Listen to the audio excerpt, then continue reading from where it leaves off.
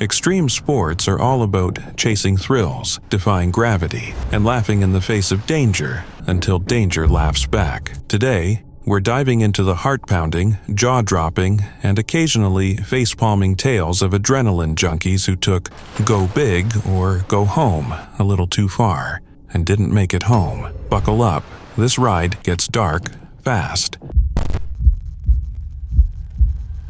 It was August 17th, 2016, a serene Wednesday morning in the breathtaking Dolomites, Italy. For most people, it was just another summer day, but for Uli Emanuele, it was another opportunity to chase the impossible. A seasoned wingsuit pilot with over 2,000 jumps to his name, Uli was preparing for yet another gravity-defying stunt, one that would solidify his reputation as a legend, or so he hoped. Earlier that day, he had shared a stunning photo of the Dolomites at sunset, captioned, "Ready for a new leap."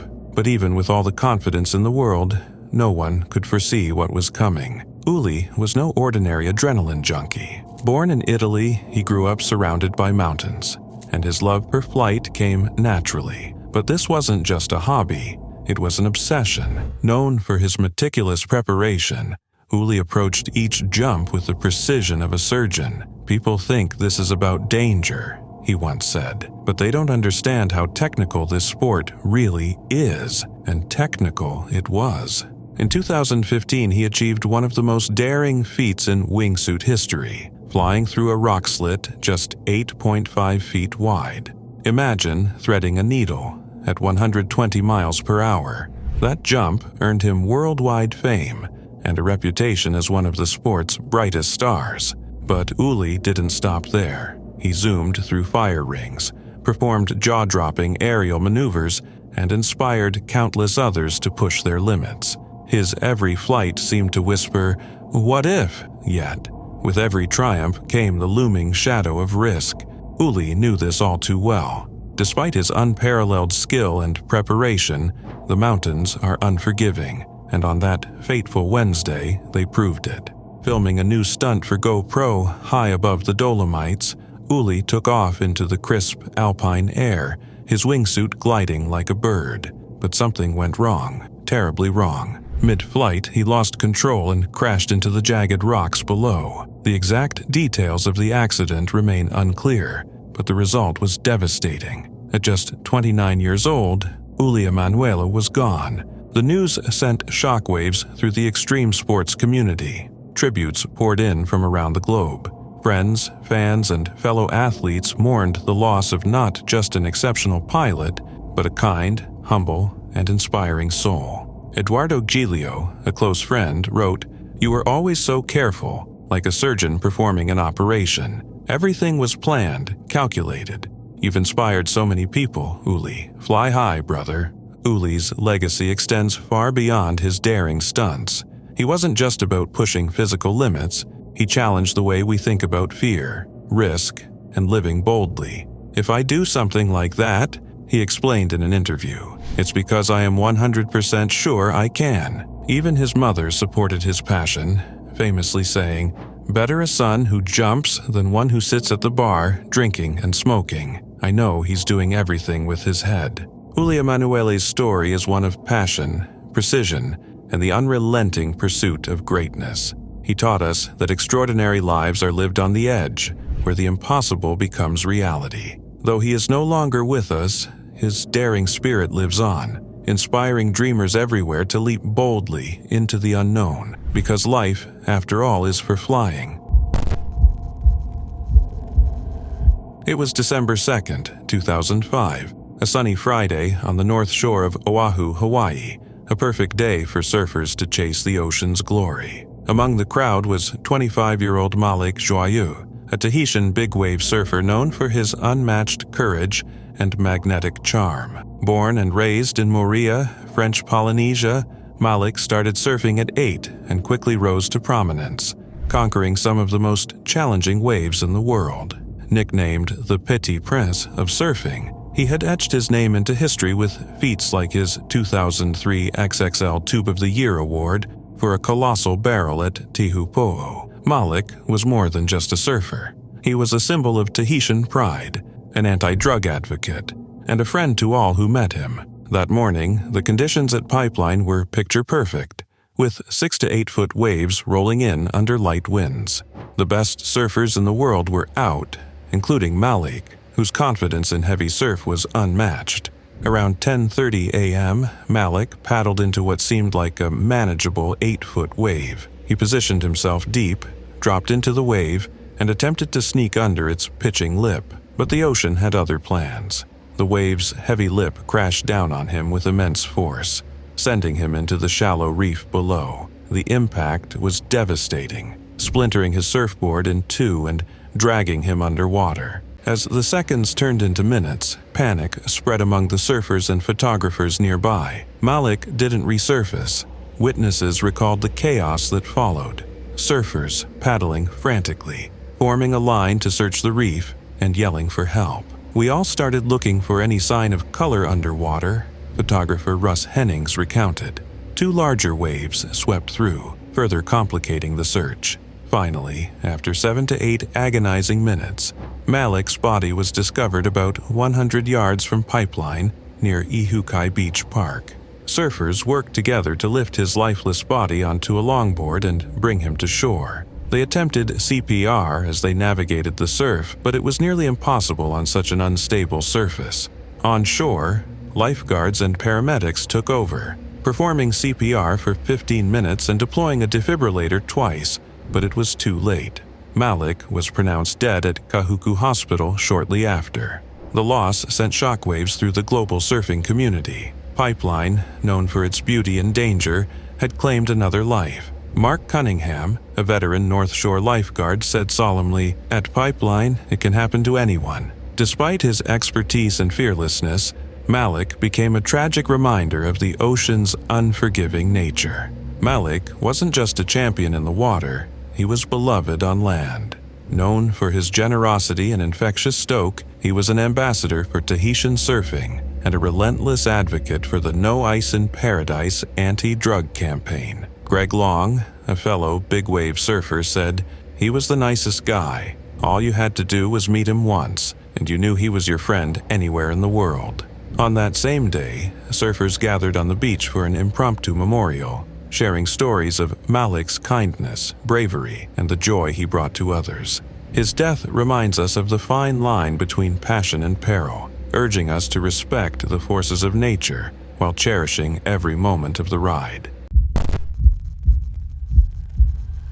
It was October 5th, 2003, a sunny Sunday in Colorado, at the Royal Gorge Bridge, an otherwise normal day for most, but one that would tragically mark the final chapter in the extraordinary life of Dwayne Weston. A 30-year-old computer analyst from Sydney, Weston was no ordinary man. He was a daredevil, a trailblazer in the world of base jumping, and the president of the Australian Base Association. Known for his meticulous planning and hunger for pushing boundaries, Weston had earned a reputation as one of the best in the world.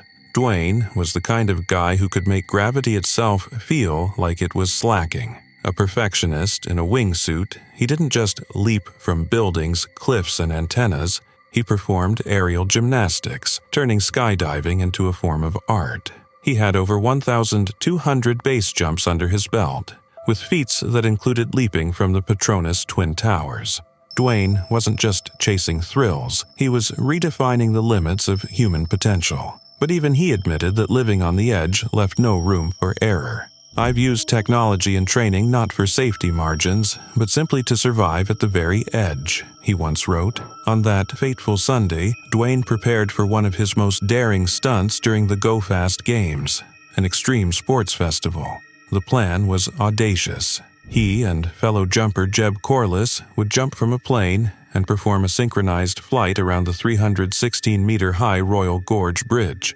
Dwayne, wearing a wingsuit designed to help him glide like a flying squirrel, would buzz over the bridge at breathtaking speed while Corliss flew underneath. It was a spectacle designed to amaze, but things didn't go as planned. Traveling at a heart-stopping 160 km/h, Dwayne miscalculated his altitude and struck the bridge's railing. The impact was catastrophic, severing one of his legs and causing fatal injuries before his body plummeted onto the rock face below. his parachute deployed on impact, carrying his lifeless body gently to the ground, a chilling contrast to the violence of the accident. The 200 spectators on the bridge, stunned into silence, bore witness to the horrifying scene. Those who knew Dwayne were heartbroken but not entirely surprised. "He knew the risks and consequences," said Jimmy Poocher, the event's parachuting director. Fellow base jumper Nick Faderis described him as a pioneer who had transformed the sport with his creativity and unmatched skill. "He raised the bar in ways we never thought possible," Faderis said. Dwayne wasn't reckless. He was a calculated risk-taker who thrived on challenges most wouldn't dare dream of. Dwayne's death shook the base jumping community. Tributes poured in, calling him an inspiration and a legend who left an indelible mark on the sport. But his accident also served as a stark reminder of the dangers of extreme sports. Base jumping isn't just about courage. It's about managing risks that can, in an instant, turn fatal. Dwayne himself once said, "It's not about having the balls to jump off a cliff. It's about being able to deal with a problem if it arises." Though Dwayne Weston's life was cut tragically short, his legacy endures as a testament to the human spirit's unyielding desire to fly, even in the face of the ultimate risk. As his friend Greg Wilcock poignantly wrote, "You, my dear friend, will be missed. I'll look you up for some fun when my time comes." It was September 28, 2015, a Monday morning in Squaw Valley, California. A routine day turned extraordinary for a charity golf tournament. Among the festivities was Eric Rohner, a 39-year-old professional skier, base jumper, and beloved action sports star who was gearing up for a skydiving performance. Known for his charisma and daredevil stunts, Eric had carved out a reputation as a larger-than-life personality, fueled by an unrelenting love for adventure. Born and raised in Tahoe City, Eric was a natural in the mountains, where skiing and base jumping weren't just hobbies, they were his identity. From base jumping a dirt bike into the Grand Canyon to starring in MTV's Nitro Circus, Eric wasn't one to shy away from the impossible. But beneath the adrenaline-filled persona was a dedicated husband to Annika and a proud father to two young boys, Oscar and Casper. He wasn't just a thrill-seeker. He was a family man and a friend who inspired everyone around him. That morning, Eric was part of a group of skydivers performing for the event. Two of his teammates landed safely on the 9th hole fairway, but as Eric descended, the unthinkable happened. He misjudged his landing, collided with a tree, and became entangled about 30 feet above the ground. The scene quickly turned chaotic. Spectators scrambled to help, using ladders and even trying to stand on each other's shoulders to reach him, but there was no protocol for such a rescue. Tragically, Eric could not be saved and was pronounced dead at the scene. Roy Tuscany, Eric's close friend and founder of the High Fives Foundation, witnessed the accident and described the devastating moments. Eric just clipped a tree, and everything was horrible from there. "Watching this unfold made it even more tragic," he said. Roy had met Eric years earlier when Eric was recovering from a broken femur, and the two had become inseparable, bonding over their shared love of action sports and philanthropy. The tragedy echoed the loss of Shane McConkey, another iconic action sports figure, who had also met a premature end in 2009. For the tight-knit extreme sports community, Eric's death was a devastating blow. "This is the biggest loss since Shane," Roy said. "Everyone needs to focus on Eric's family." Eric's wife, Annika, described him as a beautiful man, great father, wonderful friend, and the love of my life. Tributes poured in from around the world, with fellow athletes and fans mourning the loss of someone who pushed boundaries yet remained humble and kind. Eric's legacy wasn't just about his jaw-dropping stunts, it was about his infectious spirit and ability to uplift everyone around him. Extreme sports, for all their awe-inspiring feats, come with undeniable risks. Eric himself once admitted, "We don't do things we don't think are possible, but lots of times we'll push ourselves, like, this might hurt, but I think I can do it." His tragic accident serves as a sobering reminder of those risks, even for the most experienced athletes. While Eric's life ended far too soon, His story leaves us with lessons on living boldly, but with caution, cherishing loved ones, and finding joy in the things that set our souls on fire. As his friend Roy said, Eric made everything and everyone better. And in his memory, his family, friends, and fans continue to honor the fearless, generous man who lived life to the fullest. It was May 9th, a crisp Sunday on Baffin Island, a remote and rugged expanse near the Arctic Circle. For Jimmy Hall, a 41-year-old adventurer and thrill-seeker, it was just another day of chasing the edge of the horizon. Born and raised in Hawaii, Jimmy had built a life around the extraordinary. He wasn't just the owner of Hawaii Shark Encounters, he was a man who swam with great white sharks, free-dived to jaw-dropping depths, and sought out the kind of adventures most of us only dream about, or watch from a safe distance on TV. Jimmy wasn't reckless. He was calculated in his risks, as his close friend big wave surfer Dan Moore often pointed out. He didn't take unnecessary chances, Moore said. Everything he did was methodically thought out. That methodical nature didn't make him any less bold. From base jumping to skydiving, paragliding, and even starring in a Discovery Channel shark series, Jimmy's life was a highlight reel of audacity and awe. His charisma and daring made him a local celebrity in Hawaii, where he often shared tales of his adventures with school kids alongside his partner, Stephanie Brendel. But on that fateful day, it wasn't sharks or the ocean that claimed him. Jimmy was in Canada, filming a documentary in the Sam Fjord region of Baffin Island, known for its breathtaking 3,000-foot cliffs. Base jumping here was the ultimate test for adrenaline junkies like Jimmy. Clad in his wingsuit, he leapt into the icy abyss, the jagged cliffs of the fjord surrounding him. However, something went wrong. He didn't gain the forward momentum needed to clear the terrain, and just seconds into the jump, he found himself too low in the canyon to deploy his parachute safely. It took 23 grueling hours for his team to recover his body from the remote mountainside. His girlfriend Stephanie recounted their last conversation via satellite phone. He sounded like a kid on a field trip, so happy to be doing what he loved. I hung up feeling so happy for him. Expedition members, bundled in layers to withstand the biting Arctic cold, spoke of the camaraderie they shared before the accident and the heartache that followed.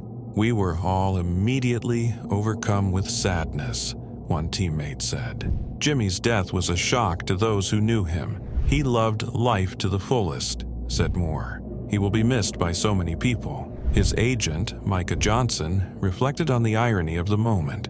Jimmy had just signed a deal to host Discovery Channel's Shark Week, a dream gig that he never lived to see unfold. Base jumping is often described as the ultimate thrill, but it's also one of the riskiest extreme sports in the world. The margins for error are razor thin, and even the most experienced jumpers can fall victim to a miscalculation. Jimmy's story serves as both an inspiration and a cautionary tale, a reminder of the beauty and danger that come with pushing boundaries. Ultimately, as his friends and family echo, Jimmy died doing what he loved. It's a bittersweet solace, but it's one that keeps his spirit alive in the hearts of those who knew him best.